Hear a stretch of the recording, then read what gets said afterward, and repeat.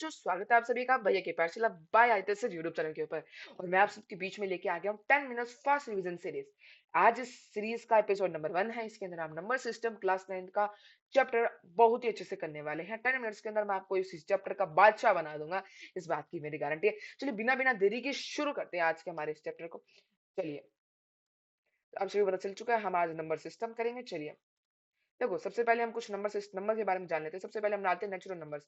Natural number आप सभी को पता चल चुका है कि काउंटिंग नंबर्स होते हैं जो स्टार्ट होते हैं 1 से स्टार्ट होकर इन्फिनिटी तक जाते हैं। Example 1 2 3 infinity and go 1 2 3 and goes to infinity.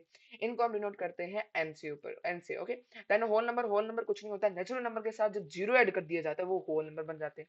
तो natural number plus zero is equal to whole number. तो 0 1 2 3 एंड गोस टू इन्फिनिटी, इसे डब्ल्यू से डिनोट किया जाता है। देन इंटीजर, इंटीजर को हम जेड से डिनोट करते हैं और ये होती है पॉजिटिव, नेगेटिव एंड जीरो। मतलब कि -1 जीरो एंड -1, मतलब कि 1 to positive infinity, then zero and then -1 to negative infinity. ये हमारा इंटीजर्स होते हैं। Okay, then rational number, rational number सबसे इंपॉर्टेंट है। रैशनल नंबर को हम क्यू से डिनोट करते हैं। numbers that are represented in the form of p by q, जहां पे p और q दोनों के दोनों इंटीजर्स होते हैं, q जीरो नहीं हो सकता है।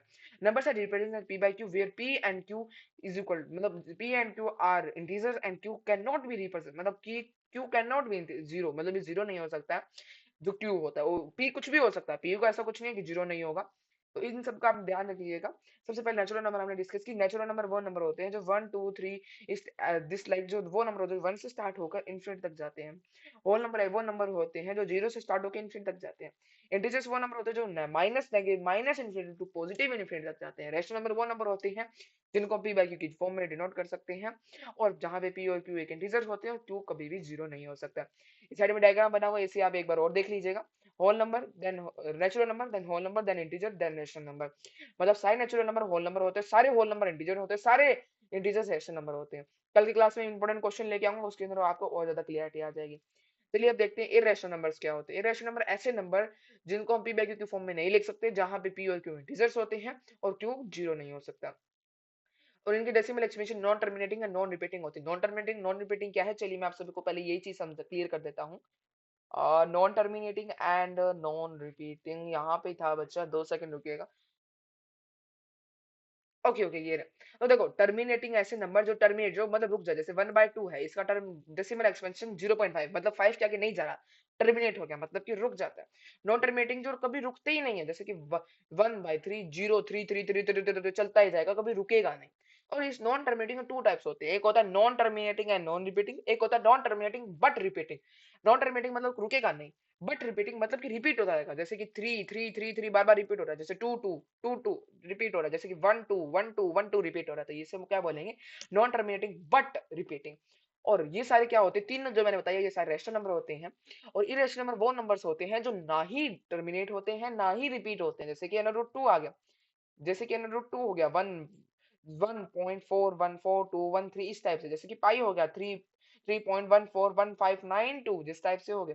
और ऐसे बहुत सारे नंबर जिनको, और इरेशनल नंबर की एक और खास बात होती है, अंडर रूट के अंदर नोट परफेक्ट, मतलब परफेक्ट स्क्वायर नहीं होता अंडर रूट के अंदर, वो हो गया।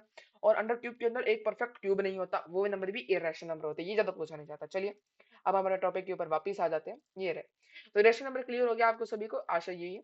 चलिए अब एग्जांपल जैसे बता दिए थे, √2 √3 पाई 0.0111। अब बोलो सर आप एक बात बताओ, जीरो रिपीट हो रहा है, लेकिन मतलब एक पैटर्न में रिपीट होना जरूरी है।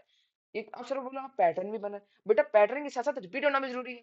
अब देखो 0.01, अब क्या 0.01 आ रहा है, नहीं आ रहा, तो ये इरेशनल नंबर होगा। ये क्वेश्चन आता है, ये इंपॉर्टेंट है, मैं बता देता हूँ, यहाँ पे हम इसको टिक कर देते हैं। ये क्वेश्चन इंपॉर्टेंट क्वेश्चन में से एक है, इसको आप जरूर याद कर लीजिएगा। ये क्वेश्चन इंपॉर्टेंट क्वेश्चन है। चलिए नेक्स्ट के अंदर मूव करते हैं। अब हम बात करते हैं √2 का प्रूफ। ये नहीं आता है क्वेश्चन, बहुत कम चांसेस होते हैं कि ये आपका प्रूफ आपसे पूछ ले, बट स्टिल आप इसको एक बार इस स्लाइड को देख लीजिए अच्छे से। मैं सेट कर लेता हूँ। ओके, इस स्लाइड को आपने स्क्रीनशॉट ले लीजिए, जो भी आपको कनेक्ट कर लीजिए। ये स्लाइड कुछ स्कूल्स वगैरह में पूछ ली जाती है। चलिए हम नेक्स्ट स्लाइड के ऊपर मूव करते हैं। अब हम बात करते हैं रियल नंबर। रियल नंबर कुछ नहीं होते, रैशनल नंबर और इरेशनल नंबर का कलेक्शन ही होता है। इरेशनल रैशनल और इरेशनल कॉम्बिनेशन होता है रियल नंबर। जैसे कि यहाँ पे हमने देखा था, ये रैशनल और ये रैशनल, इरेशनल में सारे नंबर्स आते हैं, और वैसे ये रैशनल एक अलग कैटेगरी है। और इन दोनों को जब हम प्लस कर देते हैं, इन दोनों को जब हम प्लस कर देते हैं तो हमारा बनता है रियल नंबर। Okay, clear.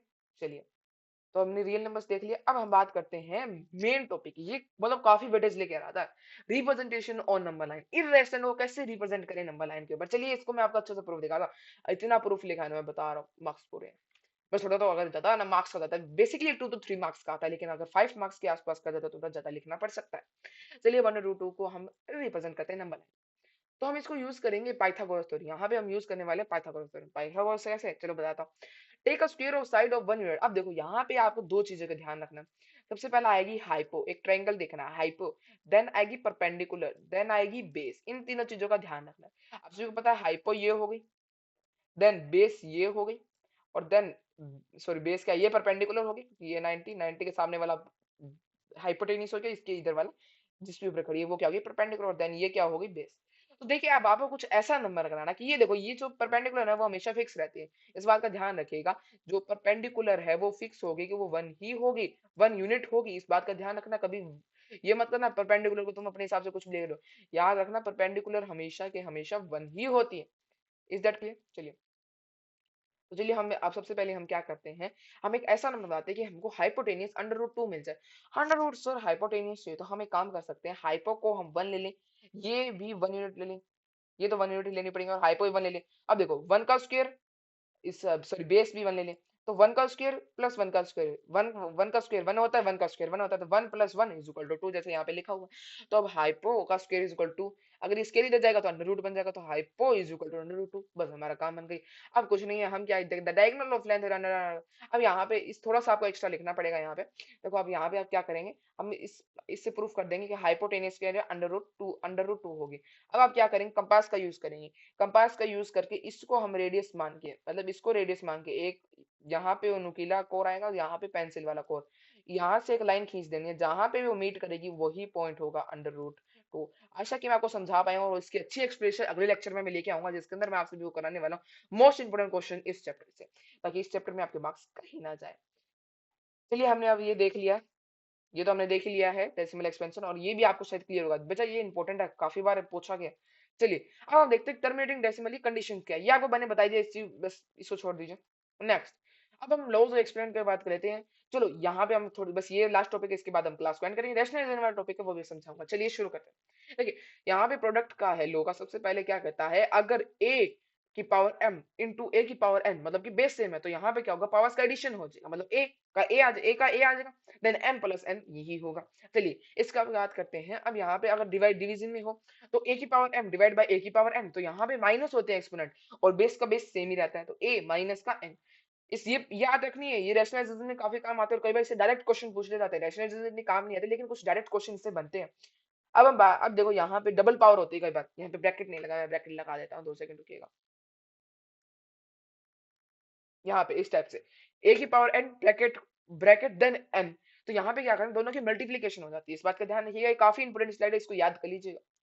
चलिए नेक्स्ट, अब हम और कुछ पढ़ लेते हैं। अब यहाँ पे क्या होता है, a इंटू बी की power m, a into B की पावर m, तो यहाँ पे आप दोनों की पावर सेपरेटली लिख सकते हो, जैसे कि हमने क्या किया था पहले, A M into B M. देखिए यहाँ पे ए इंटू बी एम, तो यहाँ पे हम क्या करेंगे, ए की पावर एम इंटू बी की पावर एम, यही होता है। चलिए अब हम नेगेटिव एक्सपोनेंट, कई बार नेगेटिव एक्सपोनेंट, ये काफी इंपॉर्टेंट, ये दो है ना, ये बता रहा हूँ काफी इंपॉर्टेंट है, इससे क्वेश्चन सवाल हर बार बनते हैं।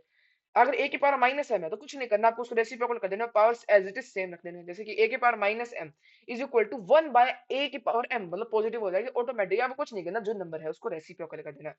अरे पावर का रेसिप्रोकल मत कर देना, मैं बोला बेस का रेसिप्रोकल करना है। अब हम जीरो एक्सपेरिमेंट आ जाएगी, ए की पावर 0 = 1, तो यहाँ पे आप क्या करते हो, ए की पावर 0, किसी की पावर भी 0 होती है वो हमेशा 1 ही होता है।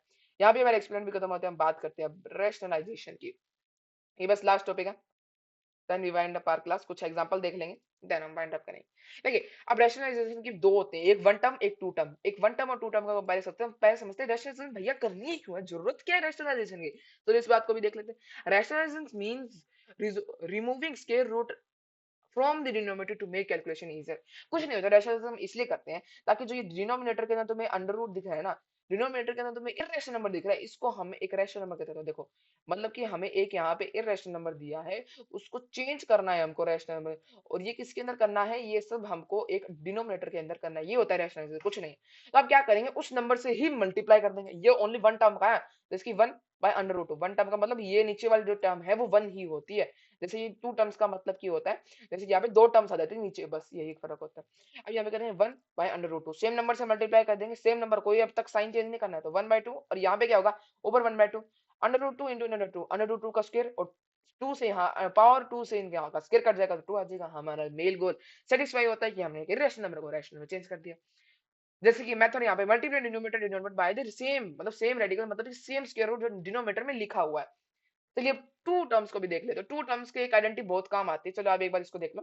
टू टर्म्स के इधर कुछ नहीं होता, ये जो साइन है ना, बीच वाला साइन जो सेकंड के आगे वाला साइन है, जो second term, sorry second term का जो साइन होता है उसे चेंज करना है। जैसे कि 3 + √2, तो 3 - √2 आ जाएगा, और नीचे भी 3 - √2। इस बात का ध्यान रखना है, ऊपर नीचे दोनों सेम नंबर से मल्टीप्लाई करना है। तो अब इस टाइप से देखिए, 300 √2, तो इसका 3 का स्क्वायर माइनस 2 का स्क्वायर, ये वाली आइडेंटिटी काफी काम आएगी, मतलब आपको। यहाँ पे क्या होता है, A+B, A-B का ए, देखो ये आइडेंटिटी वहीं पे लिख लो, A+B, सॉरी, तो आज क्लास बड़ी होगी, कोई बात नहीं। A माइनस का B, या A+B, A+B and A-B is equal to A का स्क्वायर माइनस बी का स्क्वायर। मैं बस समझा रहा हूँ, मेरी राइटिंग में कंप्यूटर पे लिखता हूँ तो थोड़ी अच्छी नहीं आ पा रही है। तो बस ये समझ लीजिए कि A-B A+B आता है, तो इसका मतलब समझाइएगा उसकी गारंटी है A² माइनस B स्क्वायर। तो उस टाइप से हमने लिख दी। तो 3 का स्क्वायर 9, और √2 का स्क्वायर 2 आ जाएगा।